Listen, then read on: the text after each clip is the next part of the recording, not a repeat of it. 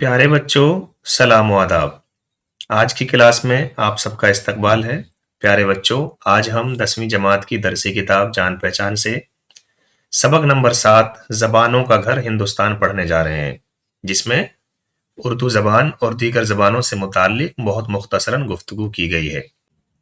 तो चलिए हम सबक के बारे में मुख्तसरन कुछ देख लेते हैं, उसके बाद इसकी मशकों के बारे में बातचीत करेंगे। सबसे पहले हम इस सबक के लिखने वाले प्रोफेसर सैयद एहतशाम हुसैन के बारे में कुछ बातें देखते हैं। उनकी पैदाइश सन 1912 में हुई, जबकि उनका इंतकाल 1972 में हुआ। उनकी पैदाइश आजमगढ़ उत्तर प्रदेश में हुई। उनकी मशहूर किताब उर्दू की कहानी। वो तरक्की पसंद तहरीक के सफ़े अव्वल के नक्काद और मुअर्रिख थे। इस सबक में उन्हीं के बारे में बातचीत की जाएगी।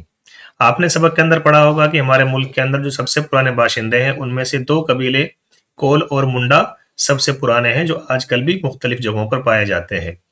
इसके अलावा आपने ये भी पढ़ा होगा कि द्राविड़ कौम सबसे पुरानी कौम है, जिनकी ज़बान तमिल, तेलुगु वगैरह है। इनके बाद तकरीबन 3500 साल पहले हिंदुस्तान में आर्यों का दाखिला हुआ, जिन्होंने द्राविड़ों को हरा करके पीछे की तरफ धकेल दिया। आर्य अपने साथ एक ज़बान लेकर आए, जो संस्कृत के नाम से मशहूर हुई।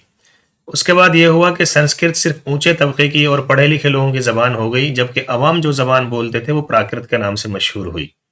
फिर जो साधु संत थे, उन्होंने अपने मजहब का प्रचार करने के लिए अवाम की बोली का इस्तेमाल किया, जिससे प्राकृत ज़बानों को अदबी शक्ल मिली, तरक्की मिली। उसी वक्त शोरशीनी प्राकृत के नाम से मथुरा के आसपास एक ज़बान परवान चढ़ रही थी, जिससे बाद में उर्दू, हिंदी और हिंदुस्तानी वगैरह पैदा हुई। आगे चलकर इसी से मुख्तलिफ ज़बानों ने जन्म लिया, जिसका चार्ट आप स्क्रीन पर देख पा रहे होंगे। हिंदुस्तान जब अपने साथ आए तो वो यहाँ की ज़बानों को नहीं जानते थे। जब उन्होंने यहाँ रहना शुरू किया, काम करना शुरू किया, तो आपसी तालमेल के साथ नई ज़बान परवान चढ़ी, जिसको बाद में उर्दू का नाम दिया गया। इसलिए ये सवाल करना क्या उर्दू बाहर से आई, हरगिज़ नहीं। ये खालिस हिंदुस्तानी ज़बान है। ये ज़बान कहीं बाहर से नहीं आई, यहीं पैदा हुई और यहीं के लोगों ने इसे तरक्की दी। इसका रंग रूप सब हिंदुस्तानी है। उर्दू का ख़ानदानी शजरा आप इस तरह देख सकते हैं: हिंद आर्यई ज़बान, संस्कृत, प्राकृत, शोरशीनी, मगरबी हिंदी और आखिर में जाकर के उर्दू।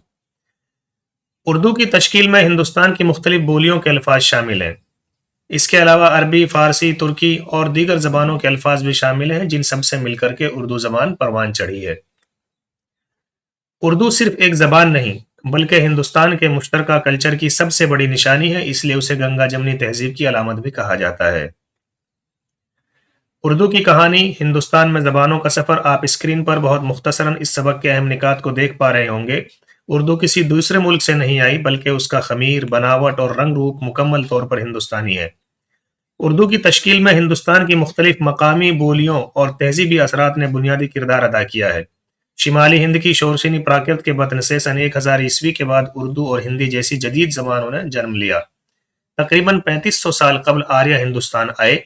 उनकी ज़बान हिंद आर्याई थी, जिससे संस्कृत जैसी इल्मी ज़बान निकली। संस्कृत के पहलू बपहलू अवाम की अपनी सादा बोलियां थीं, जिन्हें प्राकृत कहा जाता था, जो वक्त के साथ तरक्की करती रहीं।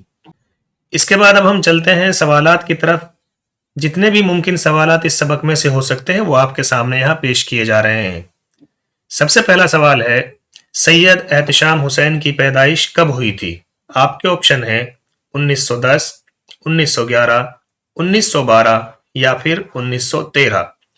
आपका सही जवाब होगा प्यारे बच्चों, सन 1912 ईस्वी। आगे बढ़ते हैं। सैयद एहतशाम हुसैन की पैदाइश कहाँ हुई थी? पिछला सवाल था पैदाइश कब हुई थी, इस सवाल में पूछा जा रहा है पैदाइश कहाँ हुई थी। आपके ऑप्शन है आजमगढ़, मुरादाबाद, लखनऊ या फिर इलाहाबाद। आपका सही जवाब होगा प्यारे बच्चों, आजमगढ़, उत्तर प्रदेश। आगे बढ़ते हैं। सैयद एहतशाम हुसैन का शुमार किन में होता है? सैयद एहतशाम हुसैन का शुमार किन लोगों में होता है? आपके ऑप्शन है अफसाना निगारों में, नक्कादों में, ड्रामा निगारों में या फिर खाका निगारों में। तो आपका जवाब होगा बच्चों नक्कादों में। सैयद एहतशाम हुसैन का शुमार नक्कादों में होता है। आगे बढ़ते हैं। सैयद एहतशाम हुसैन किस तहरीक से वाबस्ता थे? सवाल है, सैयद एहतशाम हुसैन किस तहरीक से वाबस्ता थे? आपके ऑप्शन है अलीगढ़ तहरीक, तरक्की पसंद तहरीक, हल्का अरबाब ज़ौक़ या फिर खिलाफत तहरीक। तो आपका सही जवाब हो जाएगा बच्चों तरक्की पसंद तहरीक। सैयद एहतशाम हुसैन तरक्की पसंद तहरीक से वाबस्ता थे। आगे बढ़ते हैं। सैयद एहतशाम हुसैन के सफ़रनामे का नाम क्या है? सैयद एहतशाम हुसैन ने बहुत सारी किताबें लिखी हैं, उन्होंने एक सफ़रनामा भी लिखा है। तो ये पूछा गया है कि उनके सफ़रनामे का नाम क्या है। आपके ऑप्शन है साहिल और समंदर, अजाइबात फिरंग, मुसाफिरान लंदन या फिर सफ़रनामा रूम व मिस्र व शाम। आपका सही जवाब होगा बच्चों साहिल और समंदर।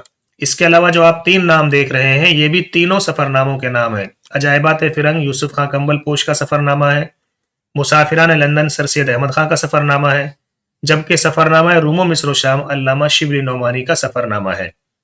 आगे बढ़ते हैं। कौन सी किताब सैयद एहतशाम हुसैन की नहीं है?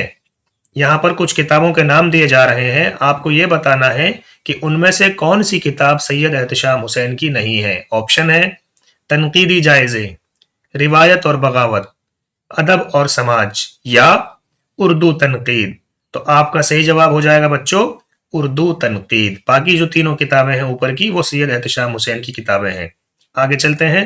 सबक जबानों का घर हिंदुस्तान किस किताब से लिया गया है? सबक जबानों का घर हिंदुस्तान किस किताब से लिया गया है? आपके ऑप्शन है जबानों की कहानी, इंसानों की कहानी, उर्दू की कहानी या फिर अदब की कहानी। तो आपका सही जवाब हो जाएगा बच्चों उर्दू की कहानी। ये एक किताब है सैयद एहतशाम हुसैन की, उसी किताब से ये सबक आपने पढ़ा जो आपकी किताब जान पहचान में दर्ज है। आगे बढ़ते हैं। तामिल और तेलुगु किसकी जबानें हैं? तामिल और तेलुगु किसकी जबानें हैं? आपके ऑप्शन है आर्या, द्राविड़, मोहनजोदड़ो या फिर हड़प्पा। आपका सही जवाब हो जाएगा बच्चों द्राविड़। द्राविड़ कौम की जबानें हैं तामिल और तेलुगु। आगे देखते हैं।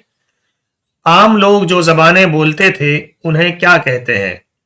आम लोग जो जबानें बोलते थे उन्हें क्या कहते हैं? आपके ऑप्शन है द्राविड़ी, उर्दू, प्राकृत या फिर संस्कृत। आपका सही जवाब हो जाएगा बच्चों प्राकृत। आगे देखते हैं। उर्दू का ताल्लुक जबानों के किस खानदान से है? उर्दू का ताल्लुक जबानों के किस खानदान से है? आपके ऑप्शन है हिंद आर्याई, संस्कृत, अरबी या फिर इब्रानी। तो आपका सही जवाब हो जाएगा बच्चों हिंद आर्याई। उर्दू जबान का ताल्लुक हिंद आर्याई खानदान से है। अगला सवाल देखिए। उर्दू किसकी अलामत है? उर्दू किसकी अलामत है? आपके ऑप्शन है लड़ाई झगड़े की, गंगा जमनी तहजीब की, गैर मुल्की तहजीब की या फिर दुश्मनी की। तो आपका सही जवाब हो जाएगा प्यारे बच्चों गंगा जमनी तहजीब की अलामत है। आगे देखते हैं। द्राविड़ कौन सी जबानें बोलते हैं? द्राविड़ कौन सी जबानें बोलते हैं? ऑप्शन है तामिल, तेलुगु, दोनों या इनमें से कोई नहीं। आपका सही जवाब होगा बच्चों दोनों। आगे बढ़ते हैं। संस्कृत किस जबान की शाख है? संस्कृत किस जबान की शाख है? ऑप्शन है आर्याई जबान, अंग्रेजी जबान, हिंदुस्तानी जबान या फिर इनमें से कोई नहीं।